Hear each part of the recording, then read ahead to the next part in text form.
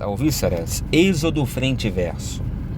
Hoje veremos o início, do nosso capítulo do livro Êxodo frente e verso, que trata da teologia do livro. A lembrança do Êxodo permeia praticamente todo o Antigo Testamento, e não somente isso. Quando no século VI antes de Cristo, os israelitas estavam novamente exilados, ou seja, bem depois do Êxodo, já lá novamente no exílio babilônico, desta vez na Babilônia, portanto, o povo sentiu-se encorajado a pensar em um segundo êxodo que, pela simples magnitude, ofuscaria a lembrança da libertação anterior do Egito. Então, o povo tentou voltar no passado e se agarrar a algum feito heróico, algum feito sobrenatural, e o episódio escolhido foi um dos maiores episódios da história daquele povo, que foi o êxodo do Egito para a Terra Prometida. E isso foi há muitos anos antes, do exílio babilônico. Já em pleno exílio babilônico, agora o povo tenta acreditar que um novo feito como aquele ocorrerá, que um novo êxodo ocorrerá, que Deus novamente atuará com mão forte e libertará aquele povo, desta vez da Babilônia, de Nabucodonosor. Mas a expectativa foi frustrada nesse evento, e a glória salomônica não foi recuperada quando os exilados trilharam o seu caminho de volta após o edito de Ciro. Foi necessária a iluminação da revelação cristã para mostrar que a esperança do segundo êxodo seria realizada no nível espiritual quando, por consequência da morte e da ressurreição do nosso Senhor, a libertação da nossa escravidão do pecado seria proclamada a todos os povos debaixo do céu. Então, na verdade, o grande feito libertador, o grande êxodo, portanto, vai se dar com a vinda do Messias. Antes de narrar um êxodos, uma saída dos hebreus do Egito, o livro de Êxodo descreve um êxodos, uma entrada da família hebraica no Egito. Não pode haver e não precisa haver um êxodo a menos que tenha havido um êxodos. Ou seja, não vai haver uma saída a menos que haja antes uma entrada, um êxodos. Uma pessoa não teria de pagar um débito se primeiro não tivesse contraído um débito. Em resumo, o livro de Êxodo trata do modo como Deus transforma um êxodos em um êxodos e do motivo pelo qual ele faz isso. Ele trata de como o Senhor muda o descer ao para o subir do Egito. Ou seja, o livro do Êxodo ele vai descrever como que a entrada no Egito, ou seja, a descida ao Egito, já iniciada ali por José e Jacó, como que essa descida ao Egito vai se transformar numa saída do Egito, ou seja, numa subida do Egito. Lembrando que o Egito era uma terra baixa. O motivo pelo qual Deus leva seu povo ao Egito é tão importante, se não mais importante, do que o motivo pelo qual ele tira Israel do Egito. Se o livro de Êxodo fosse sobre o evento de Êxodo, então o livro seria concluído no fim do capítulo 14, ou talvez em 15 e 21. Se o autor quisesse incluir os cânticos de Miriam e Moisés. Mas o livro não é somente sobre o evento da saída. Ele dá mais detalhes. O livro do Êxodo, ele não trata somente sobre o êxodo propriamente dito, ou seja, sobre a fuga propriamente dita. Mas o que devemos fazer com capítulo 15, do versículo 22 até o capítulo 40, versículo 38, que narram eventos posteriores ao Êxodo? A primeira resposta, muito embora não seja a mais importante, a pergunta sobre o motivo pelo qual Deus liberta o seu povo do Egito é para resgatá-lo da forte opressão que o faraó impunha sobre ele.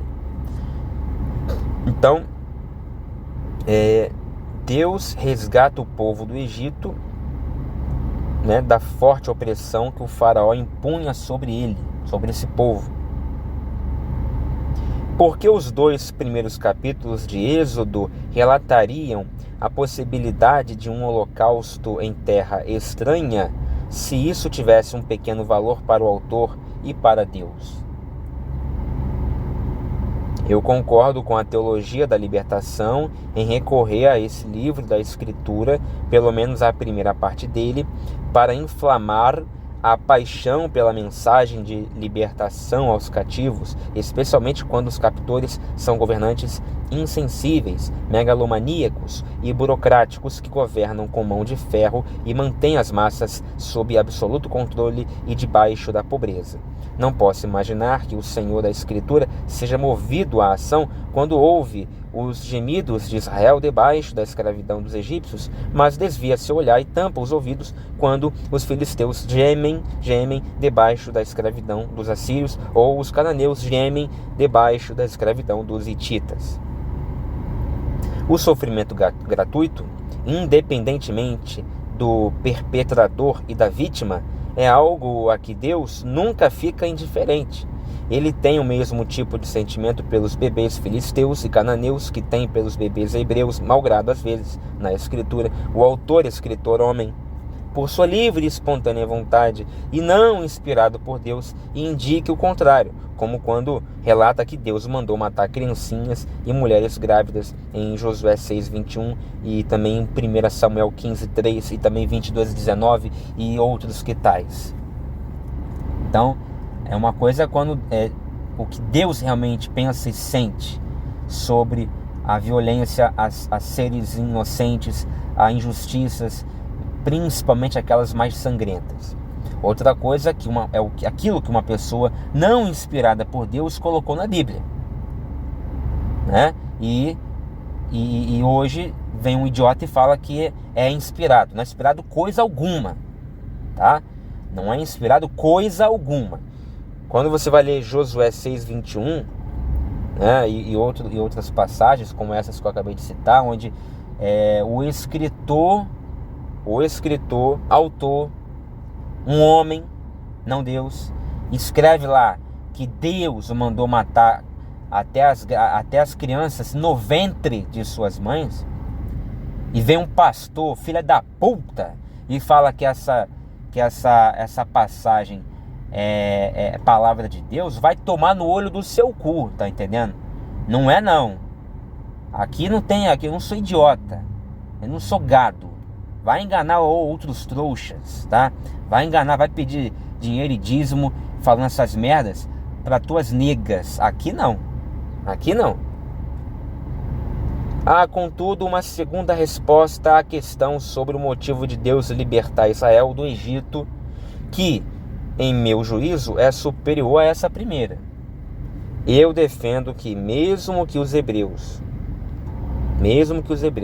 estivessem desfrutando de uma vida próspera no Egito, mesmo que o Egito tivesse se tornado mesmo um paraíso para eles, algo como a Riviera Francesa ou o Havaí, mesmo assim, mesmo que o Egito fosse uma terra muito boa, mana, leite e mel, caramba, mesmo assim o Senhor ainda os tiraria daquela terra, mesmo sendo uma terra assaz, boa, alegre, fértil, né, um parque de diversões, ainda assim, na minha opinião, Deus os tiraria dali. A razão disso é que a miséria de Israel não é o principal fator motivador da ação de Deus. Em vez disso, sua motivação é o cumprimento da aliança firmada com Abraão, Isaque e Jacó, que é descrita em Gênesis. Essa aliança compreende o estabelecimento de Israel na terra de Canaã. Veja-se a ênfase na terra que Deus prometeu, evidenciada na repetição em todo o livro de Gênesis. Então você vai ver o tempo todo, segundo o autor das passagens, Deus falando que vai levar aquele povo, aquela descendência para uma terra que ele mostrará, para uma terra que mana leite e mel, para uma terra, ou seja, para uma terra deles, não a terra dos outros, para uma terra que será deles, conhecida pelo seu nome, pelo povo de Israel. Você vê isso em várias passagens, né? Dentro do próprio Êxodo e também em Gênesis também. Os israelitas em miséria nunca pedem que Deus faça alguma coisa, como Moisés pede posteriormente. Antes de Moisés pedir a Deus que relembre sua aliança feita com Abraão, Isaque e Jacó, lá em 32:13, Deus já havia se lembrado da sua promessa a eles no capítulo 2, versículo 24. Portanto, Moisés está atrasado por pedir a Deus algo que ele já fez. Por isso, podemos dizer que a maior razão para o êxodo é o cumprimento da promessa da aliança. Quando Moisés foi lá cobrar a Deus o cumprimento da promessa, em 32:13, Deus já tinha confirmado essa promessa no 2º capítulo de Êxodo, versículo 24, 30 capítulos antes. Então Moisés foi lá cobrar o pagamento, Deus já tinha pagado com antecedência, com juros e correção monetária, tá entendendo? Já tinha pagado de antemão, à vista. Olha o que está lá em Êxodo capítulo 2, versículo 24. Deus ouviu as queixas deles e lembrou-se da aliança que fizera com Abraão, Isaque e Jacó. Não precisou que Moisés fosse lá lembrar.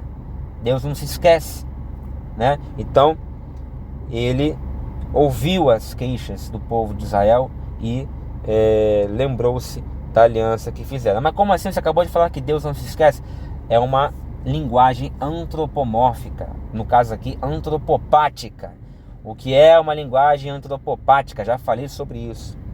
É quando o ser humano, limitado, portanto, vai descrever como é a personalidade, o comportamento, o pensamento de Deus. Como é impossível ele sondar a mente de Deus, ele acaba descrevendo Deus pelos comportamentos humanos, pelas características humanas. Então Deus se esquece, Deus se lembra, Deus sofre, Deus tem dor, Deus chora, o Espírito Santo chora, Deus se alegra, mas na verdade Deus é imutável, ele não sofre nada, ele não muda de temperamento, de posição, no espaço, ele não muda no tempo, ele não muda em hipótese alguma, de maneira alguma. Lembra-te dos teus servos Abraão, Isaque e Israel, aos quais juraste por ti mesmo, dizendo: eu multiplicarei a descendência de vocês como as estrelas do céu, e toda a terra que lhes prometi eu a darei aos filhos de vocês, para que possuam para sempre. Êxodo 32:13. Moisés foi fazer essa oração, mas na verdade já no capítulo 2 já é dito que Deus já havia se lembrado, né? Mas enfim, é importante sempre orar, né? Pedindo, lembrando, entre aspas, a Deus. Não faz mal. Tendo dito isso, devo dizer que é improvável que os hebreus interpretassem o seu êxodo dessa maneira. Para eles, aquilo que estava acontecendo não era a salvação para irem a, mas para saírem de. Saírem de. Esta era uma libertação de tirania, um momento em que a luz afugenta as trevas, como na criação, um tempo em que a esperança nasce. Muitos escritores cristãos têm mencionado o tema da salvação, pelo menos nos primeiros 15 capítulos de Êxodo. Depois de fazer isso, é que eles passam a fazer uma conexão entre salvação da antiga aliança e a salvação da nova aliança. Alguns desses paralelos são verdadeiros, como os que vamos ver agora. Então, pausa para comentário.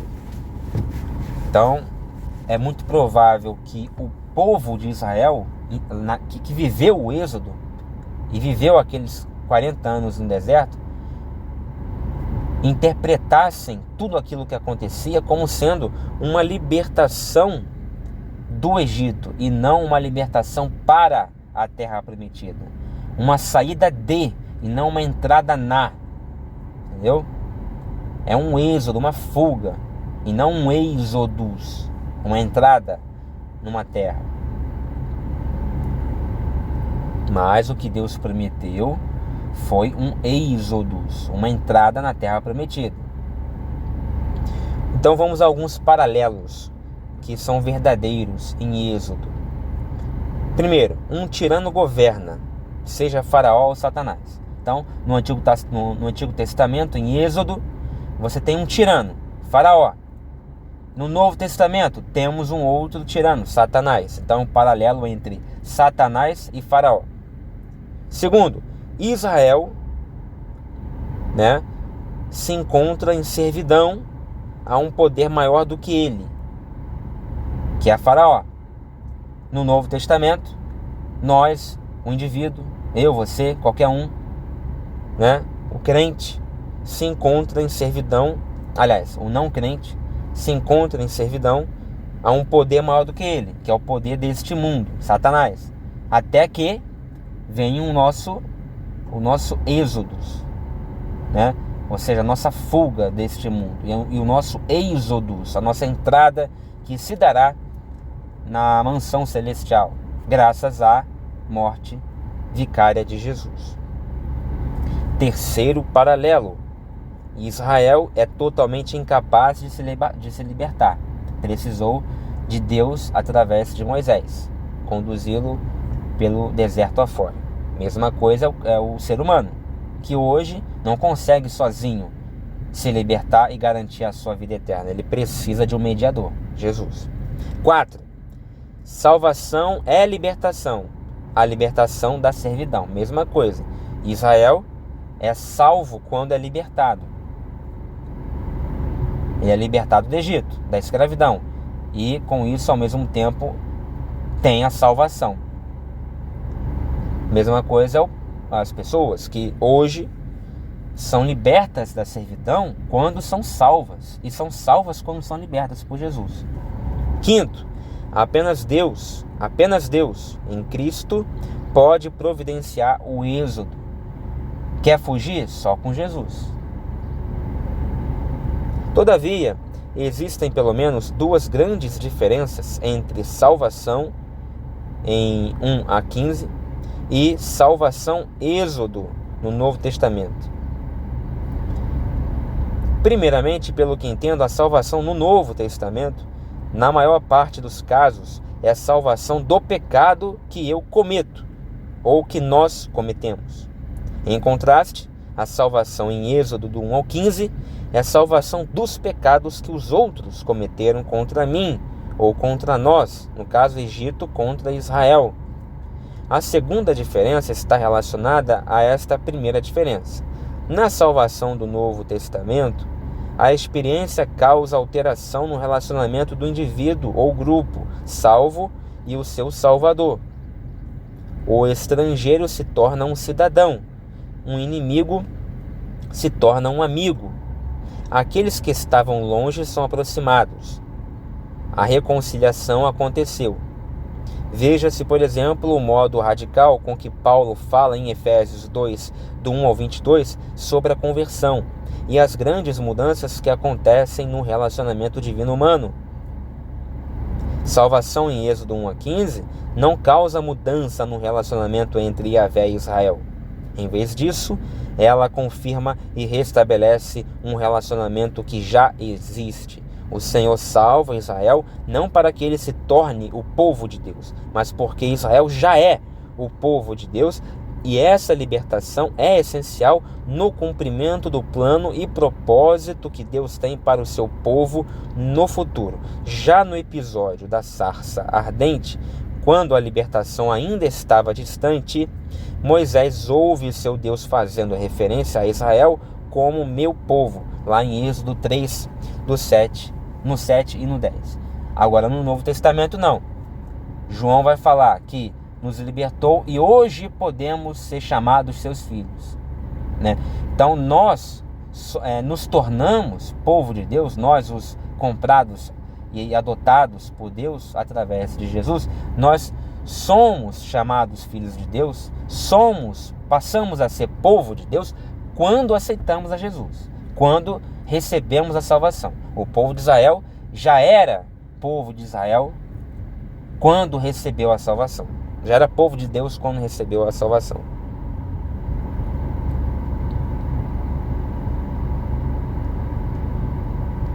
Vamos lá, vamos terminar esse vídeo. Só mais um parágrafo.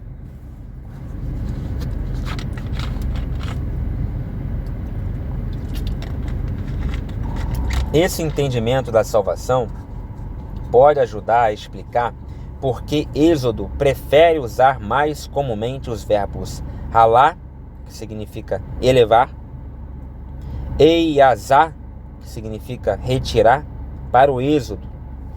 Então, para a palavra Êxodo, o livro do Êxodo usa o que? O redator usa mais o que? Quais palavras no hebraico? Alá e Eyazá. Alá é elevar, Eyazá é retirar. Então, a palavra Êxodo está ligada muito ao verbo elevar e ao verbo retirar. Algo que chamamos de verbos locomotiva, em vez de verbos que são mais explicitamente da família da salvação. Esses verbos aparecem em Êxodo ou em passagens paralelas da Torá, mas são incomuns. Por exemplo, o verbo iazá, salvar, é desse verbo que deriva os nomes, por exemplo, Josué e Jesus. Esse verbo ocorre apenas uma vez em Êxodo. Então, um verbo que deveria, você espera que ocorresse mais vezes em Êxodo, um verbo salvar, já que o nome do livro é Êxodo, mas só ocorre em 14:30, tendo Deus como sujeito, inclusive. Bom, o substantivo iezá, que significa salvação, também só ocorre uma vez em 15:2. As filhas de Jetro usam esse verbo em 2:17 para dizer ao seu pai que Moisés lhes tratou bem. Contrasta-se esse fato com o hiphilu de Yazá, que significa retirar, que ocorre aproximadamente mais de 20 vezes em Êxodo. Então, o verbo retirar ocorre muito mais vezes para designar o Êxodo do que o verbo salvar. Então, a ênfase do Êxodo está, analisando o hebraico, mais no retirar do que no salvar. Em termos de vocabulário, há muito iazá e pouco iasa. Veja-se mais adiante a perspectiva de Bar, na sua obra de 73, sobre isso. E a gente não vai ver isso agora. Bom, aí agora a gente termina o nosso vídeo. Na próxima aula a gente vai seguir com a teologia do livro de Êxodo.